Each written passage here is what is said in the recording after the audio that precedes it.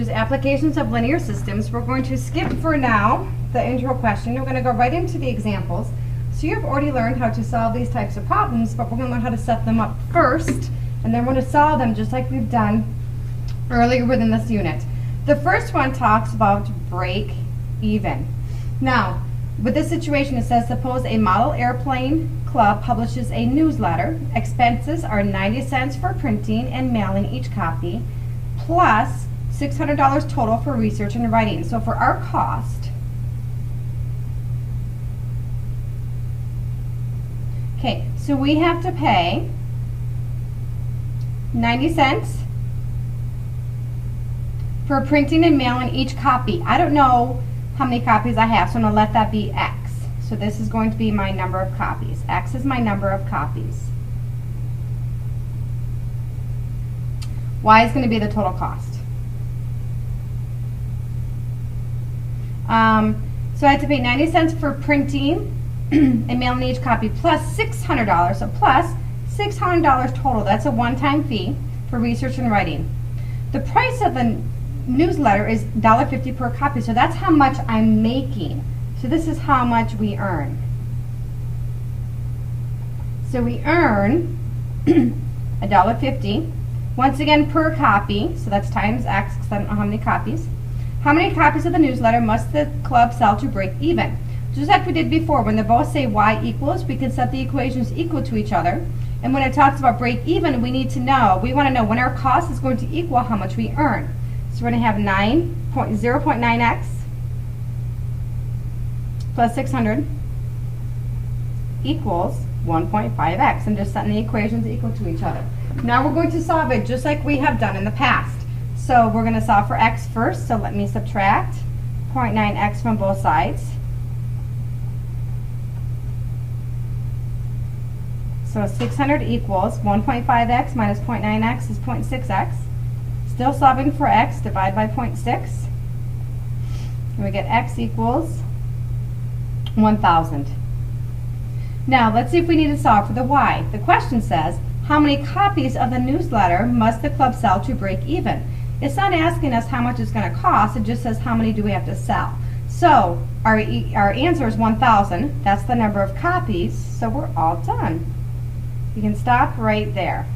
The method that we used here was we used substitution. Let's do the try these. It's the same type of question. You have $22 in your bank account and deposit $11.50 each week. Okay, so let's have x equal the number of weeks. Y is going to be our total or our balance. So I have $22. So this is for mine. I have $22 in my bank account, and I deposit, so plus $11.50 per week. I don't know how many weeks, so times x. And this is going to equal my balance.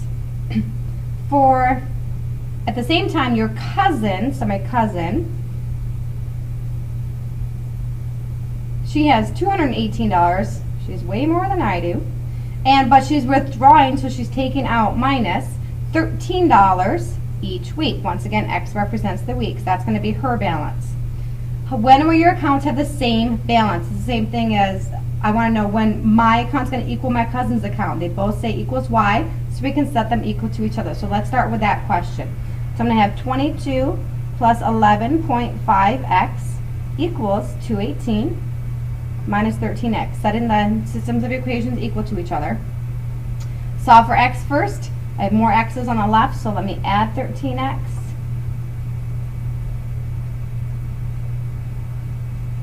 So I'm going to have 22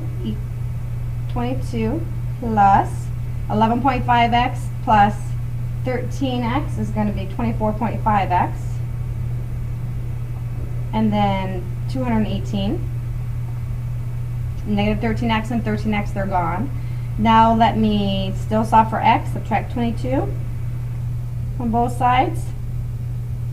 We're going to have 24.5x equals 196. Still solving for x, divide by 24.5.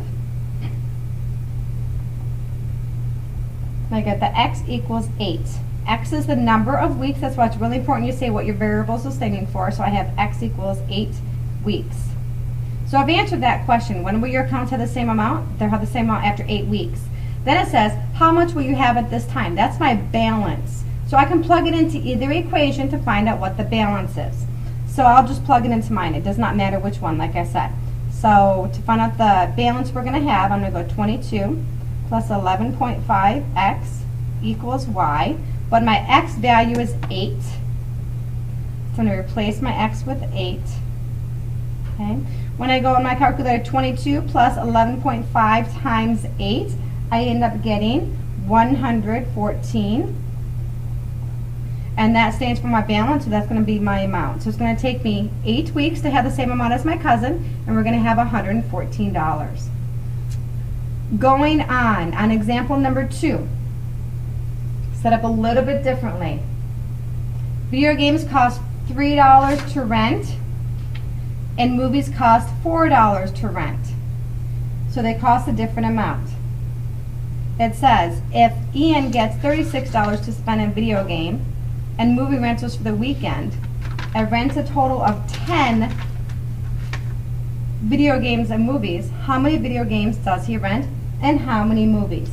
So the two different things that we have here are video games and movies. So let's have X be our video games and Y be our movies. Okay, so first I need to know how many I'm renting. So let's do first, our first one is going to be the number of rentals. So I know that I did video games and movies, rented both of those, and I rented 10 altogether. This is just talking about how many I rented. Then the next one's going to talk about how much they actually cost. So let's see, it says the video games cost $3, so 3x, remember x is my video games, plus my movies are 4, so it's 4y, y is my movies, and the total cost is $36. Now, I can use, which I just used, I can actually use elimination on here, and you can see you can either get rid of your x's or your y's pretty easily.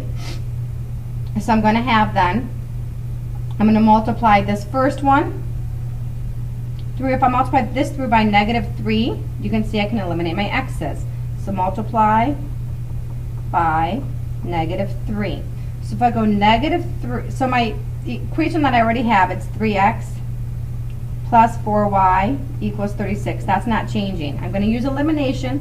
So to line this up, I need to multiply the top one by -3 so I can eliminate the x's. So -3 times x, I have -3x. -3 times y, it's -3y. -3 times 10 is -30. Now I can use elimination. My x's are going to be eliminated. 4y minus 3y is 1y. 36 minus 30 is 6. So remember, y equals the numbers of movies. So that means I have 6 movies. It also asks how many video games does he rent. So I need to plug it into either equation. It does not matter. The first one's easier, so I'm going to plug it in there. So I'm going to have x plus y equals 10. My y value is 6. Pretty easy one to even do in your head. So I'm going to subtract 6 from both sides. This off of my x. And I get 4. So it's going to be 4 video games, because x stands for video games. And that's it. Okay, you could also check it by plugging it into the other equation. You'll see that it works.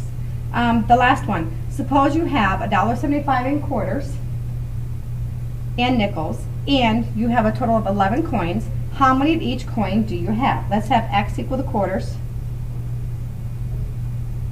and y equal the nickels. All right, so we're going to have, first we're going to have the number of coins.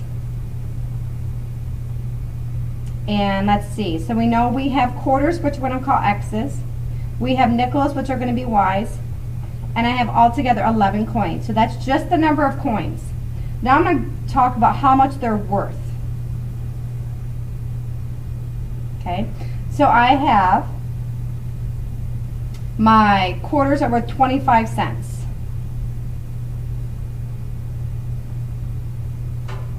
and my nickels are worth 5 cents. And altogether I have $1.75. So I want to know how much I have altogether. So once again, I can use elimination here. But in order to eliminate, I need to get rid of my x's or my y's. And what I'm going to do is if I multiply this top one through by, so I'm going to multiply by a negative 5 cents, then I can eliminate my y's. So the equation I know already is 0.25x plus 0.05y equals $1.75. The one I'm going to distribute by negative 0.05, so I'm going to have 0.05x, negative 0.05 times y, minus 0.05y. Oh, my bad. See, teachers can make mistakes too. It should be negative 0.05x minus 0.05y equals 0.05 times 11 is going to be negative